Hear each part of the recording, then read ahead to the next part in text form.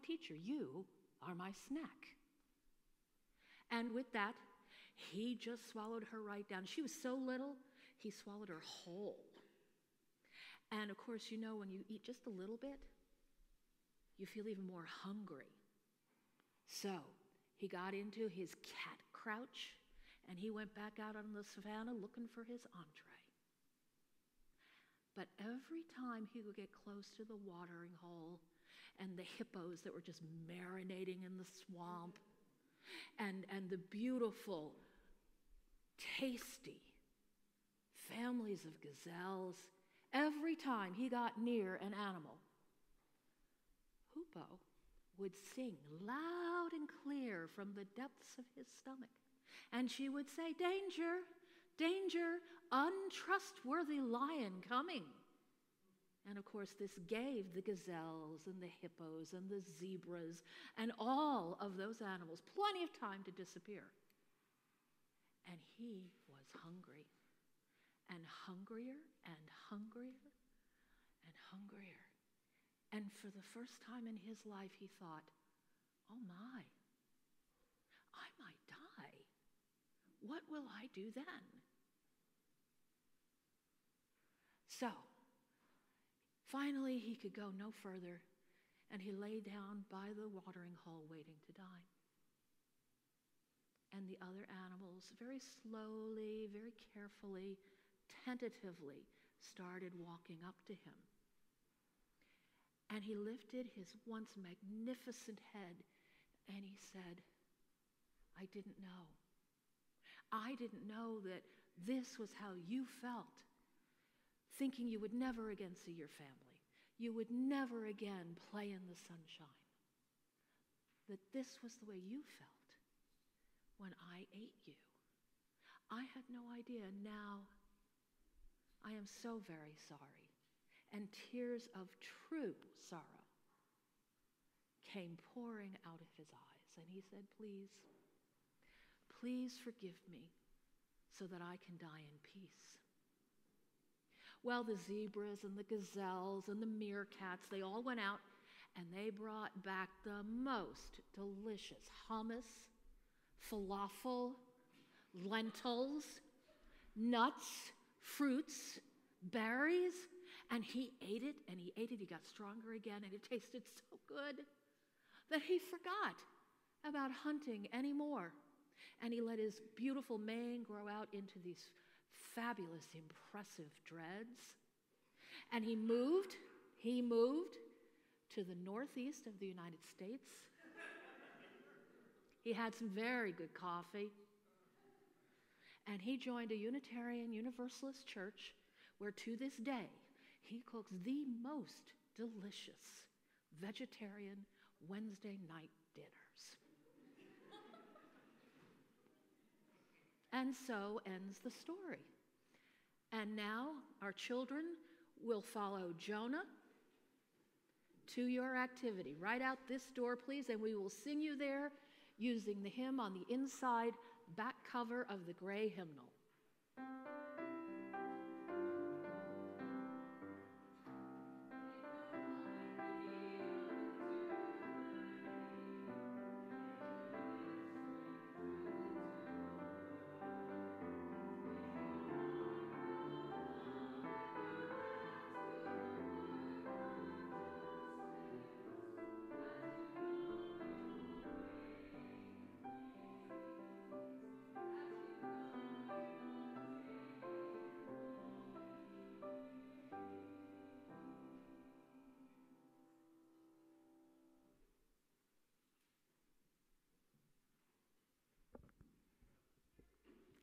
Good morning.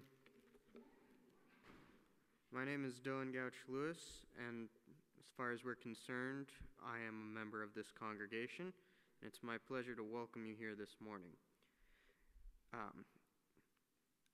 And also to welcome those joining us online this morning, or at some later junction, I suppose. In order to reach a wider community than those able to be physically present on Sunday morning, portions of this service are live streamed and available on YouTube and on our website at thefun.org. Before I continue, let me remind you to please silence your cell phones. As Unitarian Universalists, our spiritual paths may vary, but in this congregation we have a covenant together. We affirm interdependence, celebrate differences, and work towards justice. We deepen our relationships as we create a compassionate, welcoming community, nurture spiritual growth, and act on our values in the broader world. I'd like to extend a special welcome to visitors worshiping with us this morning. We ask you to wear the paper name tags because it helps us to get to know you better, unless you're watching online, in which case, come by sometime. If you're seeking a spiritual home, we hope that you may find it here. Whether you're new to Unitarian Universalism or visiting from another UU congregation, we invite you to stop by the welcome table after the service to have any questions answered. People become members of this congregation by signing the membership book and supporting the church with their time and finances. If you're considering joining the church, please talk to our assistant minister, Holly Mueller, right there.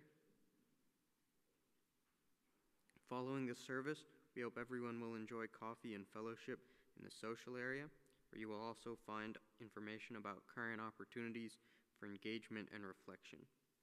There are a number of announcements in the weekly bulletin, which I hope you will take home and read. And as far as I've been told, those are the only announcements. So thank you and have a good day.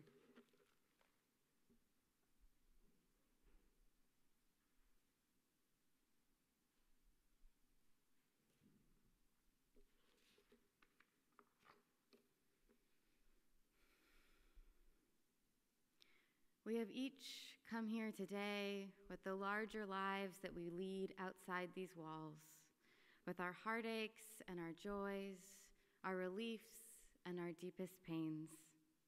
We come here to form a community that holds one another in good times and in bad. At this time, if you would like to celebrate or mourn that joy or concern you carry within, you may come forward, and our lay minister, Gloria Ballard, can help you place a stone into the bowl of water for the joy or concern that you carry within. If you'd like that joy or concern to be shared, you may write it out on the yellow slips of paper that you'll find in your pews and bring them forward to me to be read. May this be a time when you are present with your whole self.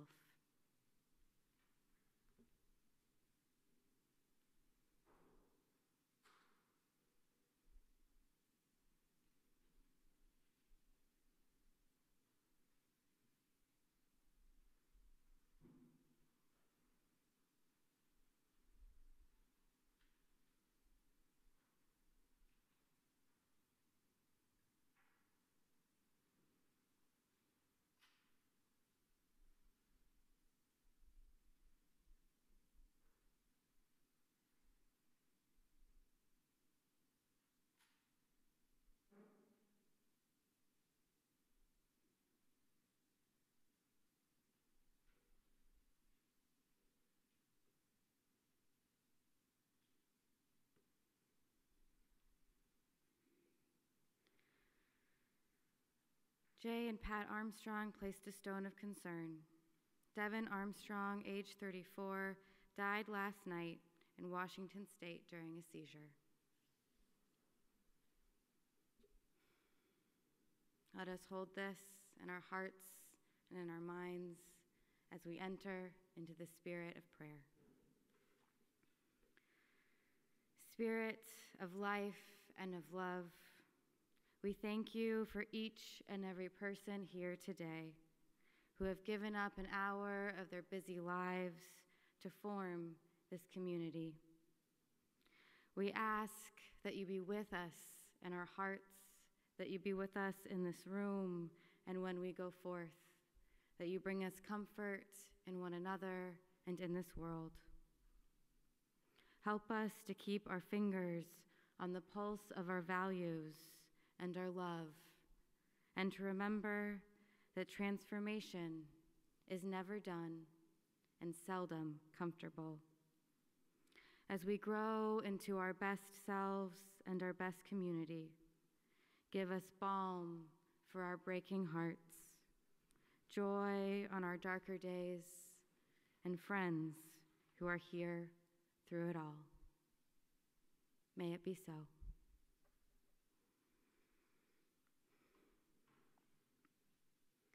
The hope of this church is to share a journey of spiritual growth and to live out our faith in this world. We will now take an offering that allows us to enact that faith and growth. We are currently sharing our plate with Safe Haven, the only shelter in Nashville that accepts entire homeless families, and half of the loose cash collected will go to fund their work in our community. The gifts of this congregation will now be most gratefully received.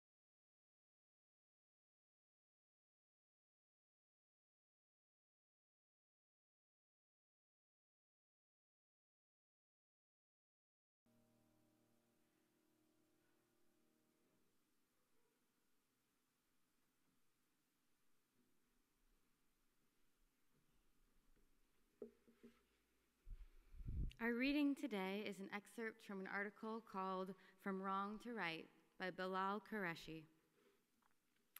In 1988, President Reagan signed the Civil Liberties Act to compensate more than 100,000 people of Japanese descent who were incarcerated in internment camps during World War II. The legislation offered a formal apology and paid out $20,000 in compensation to each surviving victim. The law won congressional approval only after a decade-long campaign by the Japanese American community. On the 25th anniversary of its passage, the Civil Liberties Act was put on display at the National Archives alongside the original Executive Order 9066, which authorized the internment. For senior curator Bruce Bustard, it was a powerful juxtaposition of the journey from a wrong to a right. When she saw the executive order in a glass case, Marielle Tsukamoto, who grew up in an internment camp, said that she had shivers up and down her back because she realized that the order had ruined lives. The Japanese American internment camps were often nothing more than makeshift barracks, with families and children cramped together behind barbed wires. Most of the internees were U.S. citizens from the West Coast who were forced to abandon or liquidate their businesses when war relocation authorities escorted them to the camps. John Tateishi says the experience was both humiliating and disorienting. We came out of the camps with a sense of shame and guilt, of having been considered betrayers of our country. He says that after the war, most families never spoke about it. There were no complaints, no big rallies or demands for justice, because it was not the Japanese way. But decades later, and inspired by the civil rights movement, the Japanese American Citizens League launched a contentious campaign for redress. It divided the community along generational lines. Tateishi became a leader of the movement. In 1980, Congress responded by establishing a commission to investigate the legacy of the camps. After extensive interviews and personal testimonies from victims, the commission issued its final report, calling the incarceration a grave injustice, motivated by racial prejudice, war hysteria, and the failure of political leadership. Japanese Americans then serving in Congress, including Robert Matsui and Norm Mineta, helped turn that report into legislative language, providing for tax-free compensation and a formal apology. Tateishi says the redress campaign was less about compensation for those who had already suffered and more about the next generation of Americans. There is a saying in Japanese culture, kodomo no tame ni, which means for the sake of the children. And for us running this campaign, that had much to do with it. He says, it's the legacy we're handing down to them and to the nation that says, you can make this mistake, but you also have to correct it. And by correcting it, hopefully, not repeat it again.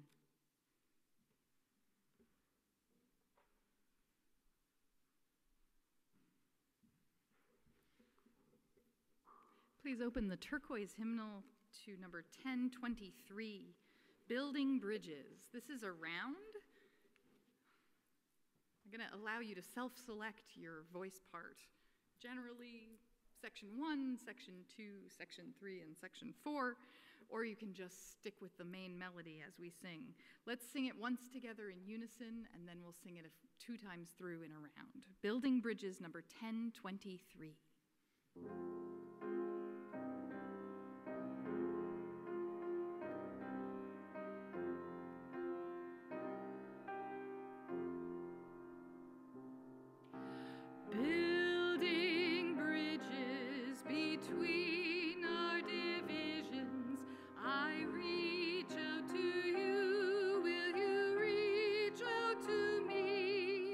With all of our voices and all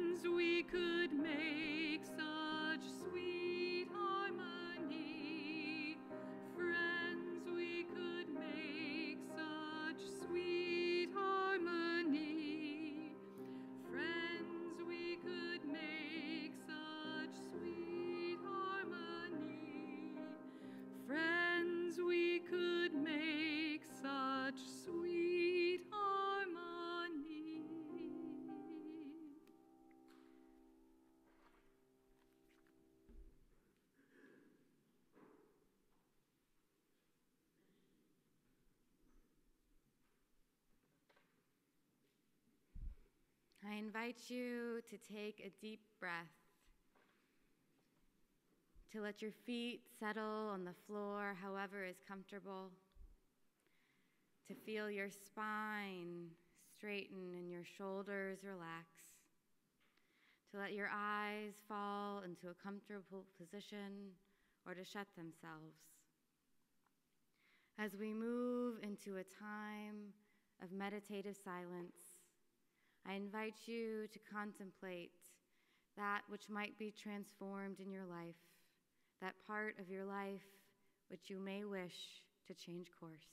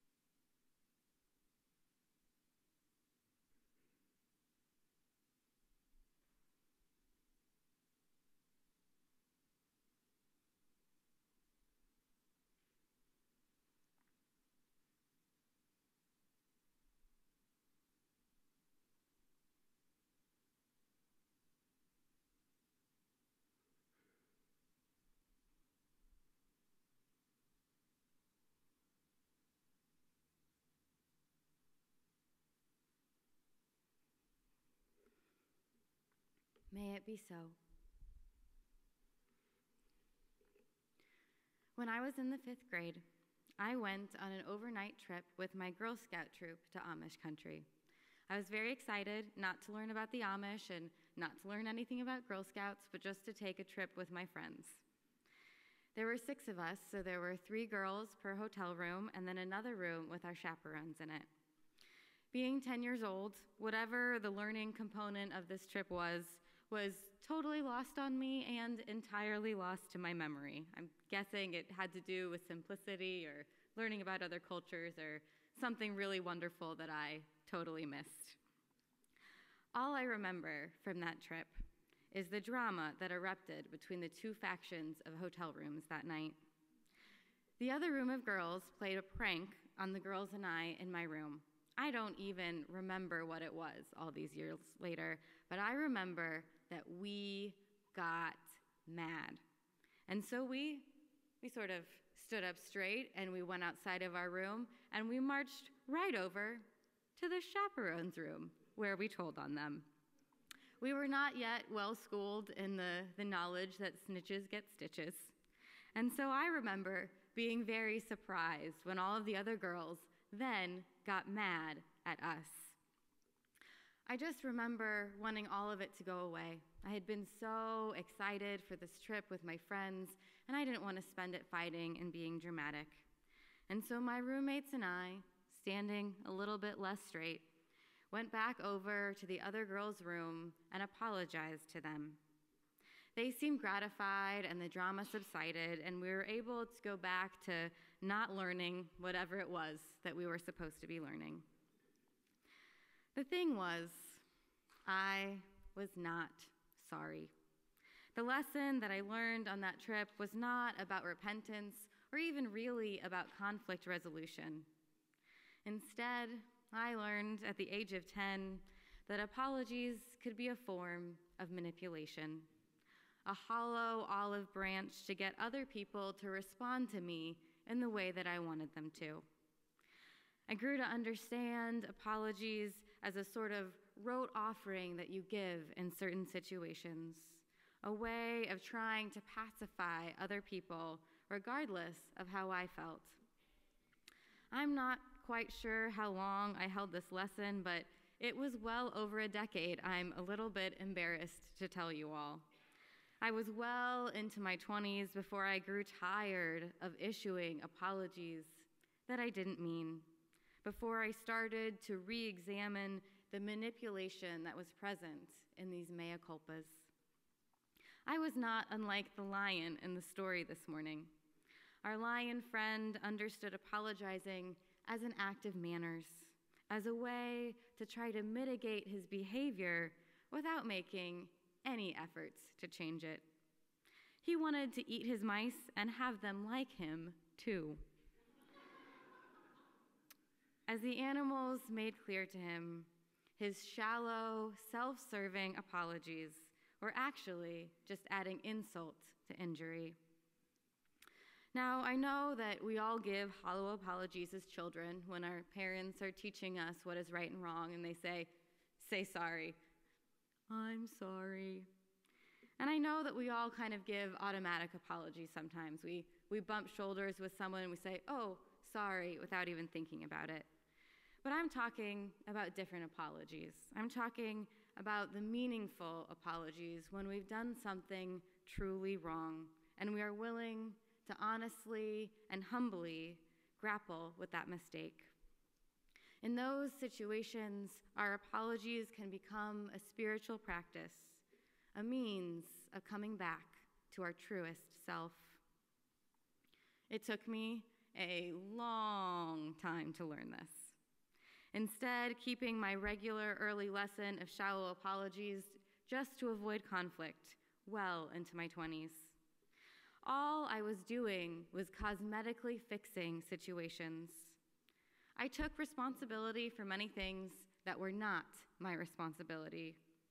I apologized for actions that I actually stood by because I did not want to, and maybe more to the point, did not know how to engage in conflict. And when I was actually sorry, when I knew I had done wrong, I felt so bad about myself that when I did apologize, I practically laid down on the floor, thinking that maybe it wasn't even worth the space it took for my body to hold.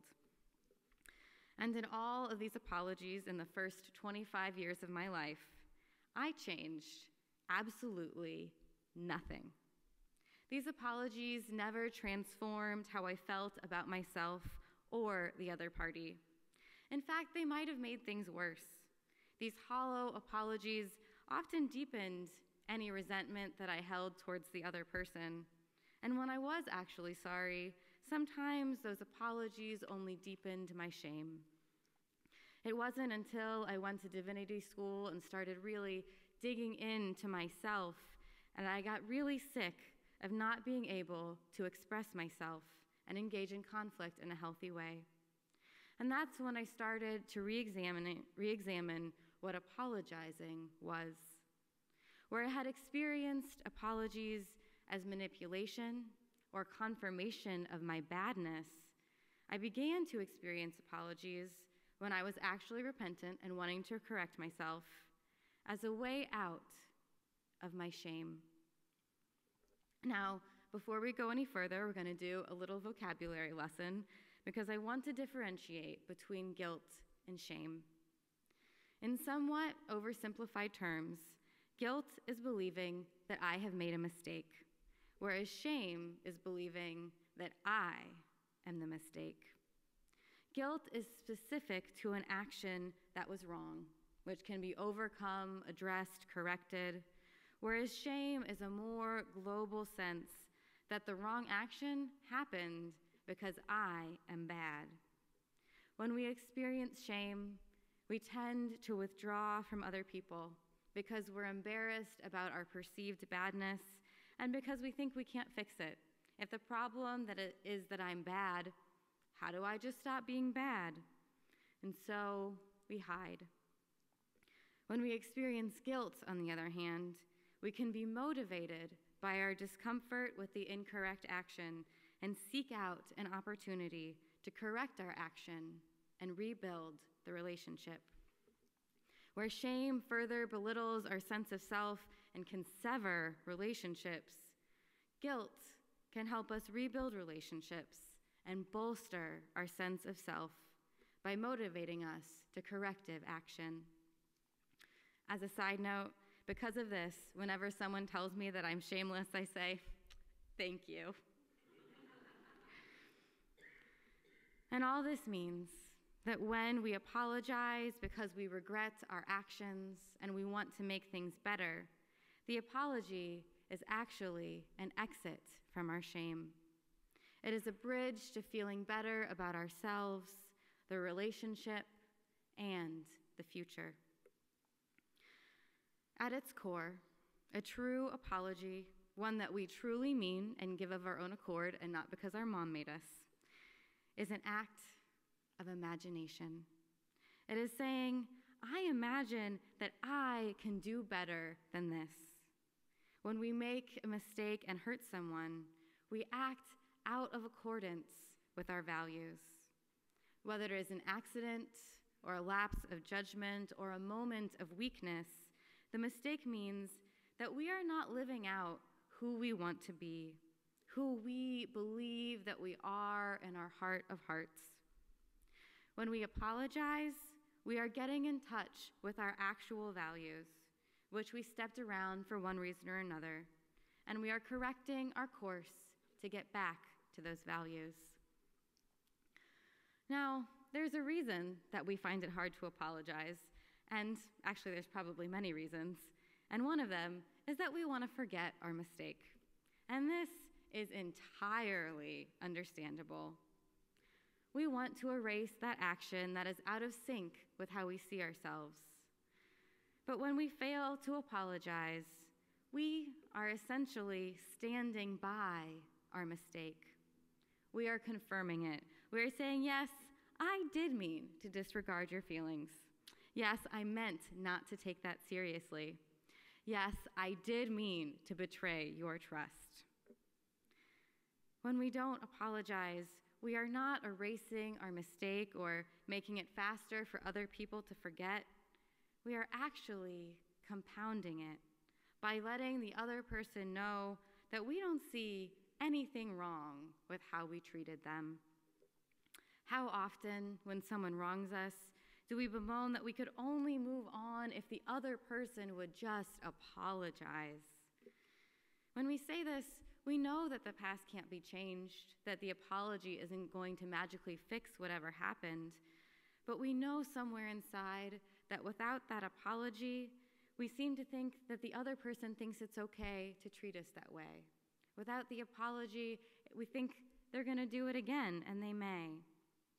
By continuing on as if everything is normal, the lack of an apology actually does normalize that behavior, sending the message that the wrongdoer meant to do the wrong.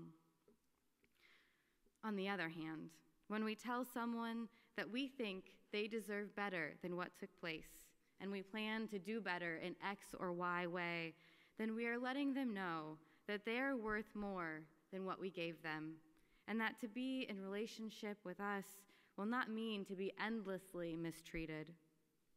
We are letting them know what our values are when we apologize. We're letting them know that that act was an aberration and not the norm. Now, the best apology in the world does not mean that someone is going to forgive us. And an apology that's about forgiveness is not an apology at all. To try to control another person's feelings is an act of manipulation, like I did when I was younger, like the lion did in the story this morning. An apology is not about the other person's reaction. It is about saying that this action is not who I am, and it's not what you deserve. And however you do or don't continue to be in relationship with me, I will strive to act in this new, corrected way. Now, I'm not going to go too far down this road because this is not a sermon about forgiveness. Forgiveness is a slippery topic, and to be honest with you, I'm not wise enough to preach about it yet, other than to say that so much of our rhetoric about forgiving people easily or quickly can perpetuate abuse and fail to bring about real change. So I will leave that to Gail or someone else wiser on another day, and we'll go back to learning about how we overcome our mistakes. In the reading today about the apology from the U.S. government to the Japanese U.S. citizens placed in internment camp survivor John Tateishi states, that forgiveness was about the future. Less about compensation for those who have suffered, and more about the next generation of Americans. It is a way of affirming the place of Japanese Americans in our culture, now and in the future. A way of teaching all generations about the past and doing better moving forward. By formally saying that the internment camps were wrong and that Japanese Americans deserved to be treated as any other American citizen, our government is not only apologizing to past generations of Americans, but affirming the worth and rights of modern Japanese American citizens as well. Tateishi goes on to say that it's the legacy we're handing down to them and to the nation to say that you can make this mistake, but you also have to correct it. And by correcting it, hopefully not repeat it again. Now, this is a little hard to wrap your mind around, at least for me, because internment camps are a really, really big mistake, one that is not actually correctable. But here, Tateishi is making the valuable point that the hope is not to entirely avoid mistakes, because that is not possible, but to learn from them and to change our actions. And a crucial step to correcting any mistake is acknowledging it. When we dig our heels in, we invariably make it worse. This is hard enough in our personal lives, in our relationships with friends or partners or coworkers, and it can be even harder when it comes to hot-button issues around race, gender, sexuality, and class. And yet, when we can't acknowledge our missteps, at least to ourselves, we cannot make anything better. It took 40 years for our government to acknowledge the racist violence against Japanese Americans during World War II. But in doing so, it made steps to overcome it, made it so that the internment camps were not the last chapter in that book. It allows everyone to imagine a different future. Just a few weeks ago, on the anniversary of Juneteenth, the Charleston City Council formally apologized for its role in the African slave trade, as around 40% of African slaves came through its port. The city's structure and economy have been so intertwined and influenced by slavery and Jim Crow laws, and the apology is seen by many as a first step towards healing. The city, in part pushed by the 2016 shooting of an AME church, is planning an international African American museum. It is planning not just to apologize, but to move forward, to take action. And this apology, followed by plans for a museum, is an example that a crucial part of overcoming our mistakes is actually wanting and enacting change. It's not the lion who doesn't want change, who just wants to eat a snack and feel good about it. It's actually wanting something to be different. The apology, while constructive, is not enough. The apology is the beginning. In Jewish custom, apologizing is rooted in a process called teshuvah. This is a process that involves both inner work and work with the wronged party or community. It is a process of introspection and repentance and change that is aimed towards reconciliation. This teshuvah process follows 8 steps. Yes, that's right, 8. Acknowledgement, public confession, public remorse, public resolve to change behavior, compensation, sincere request of forgiveness, avoidance of the conditions that aid that sin, and finally, acting differently in the same situation. Now, I'm not suggesting that we all run out and start enacting the teshuvah right now. It's not something that fits in every community, and it's something that may be more than what's needed for any given mistake. But I share it today because it's an example of overcoming mistakes that seeks transformation as much as it seeks reconciliation. It seeks to help someone rise above the mistake that they made, to change their lifestyle and their heart so that they can live closer to their values. It is an example of meeting a mistake not as a downfall, but as an opportunity for transformation. Richard Rohr of the Center for Action and Contemplation echoes this sentiment.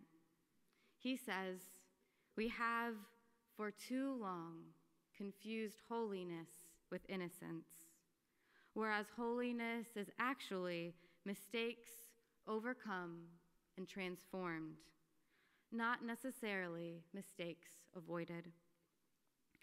None of us can avoid mistakes all the time. We are not perfectly programmed robots. We are, in fact, very imperfect humans. And I love this idea of Richard Rohr's because it suggests that we can be better for overcoming a mistake than for never having made it. I'm guessing that we can all think of people who are especially wise and empathetic as a result of overcoming a mistake or a way of life that didn't fit. I have a dear friend who is a recovering alcoholic, and she has this wise, unflappable, deeply kind way about her that she credits to overcoming her alcoholism and the journey that that took her on. Richard Rohr's idea suggests that if we meet our mistakes head on and try to change, we can actually become wiser and kinder and stronger as a result of our mistakes.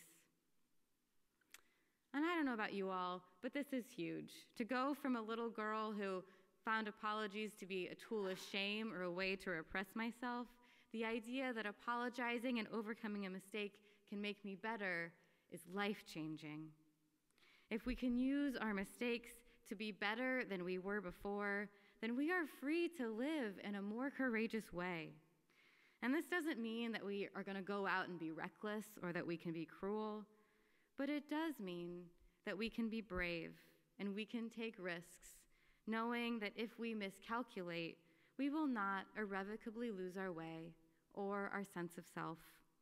We can live with imagination and bravery, and when we make mistakes, which we will, we can meet them with that same imagination and bravery. Acknowledging our mistakes is not easy. I still want to ignore mine on a regular basis, hoping that they'll just go away and everyone will magically forget what I did. But what feels even worse than the mistake is letting the mistake speak for you instead of acknowledging it and speaking for yourself. We all understand that apologizing is about reconciliation with the wronged party, but when we approach it as a spiritual practice, then it can also be a reconciliation with the self, reconciling an action that goes against our views back to the person who we are. We will make mistakes as we go through our lives, some big and some small, and whenever we find ourselves grappling with regret over an action or an event, I invite all of us to use it as a beginning that opens new doors instead of closing them. May it be so.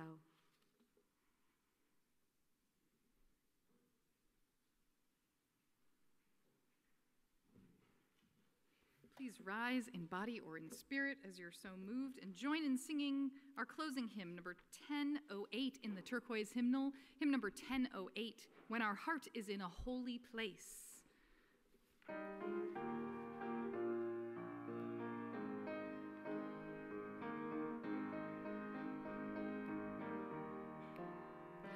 When our heart is in a holy place, when our heart is in a holy place, we are blessed with love and amazing grace.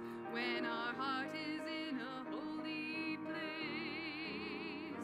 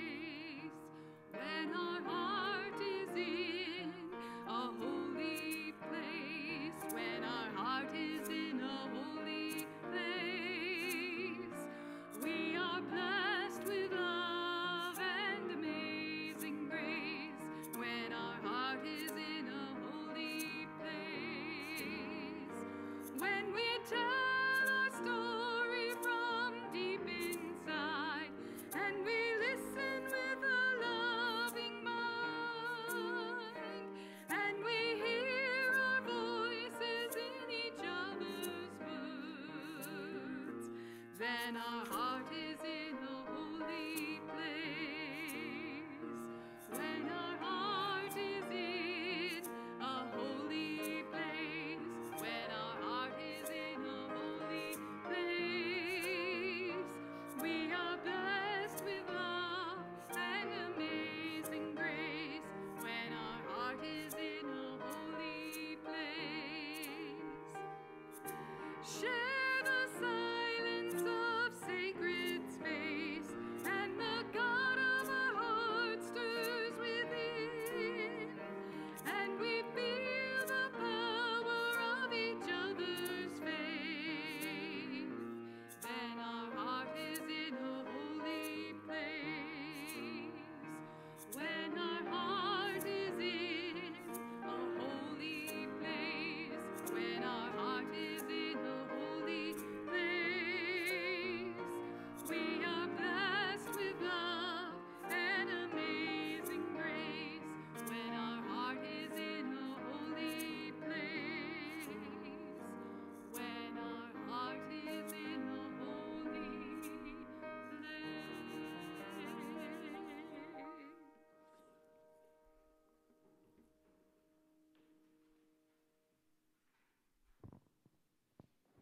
The words to the chalice extinguishing can be found at the bottom of the order of service. We extinguish this flame, but not the light of truth, the warmth of community, nor the fire of commitment. These we carry in our hearts until we are together again.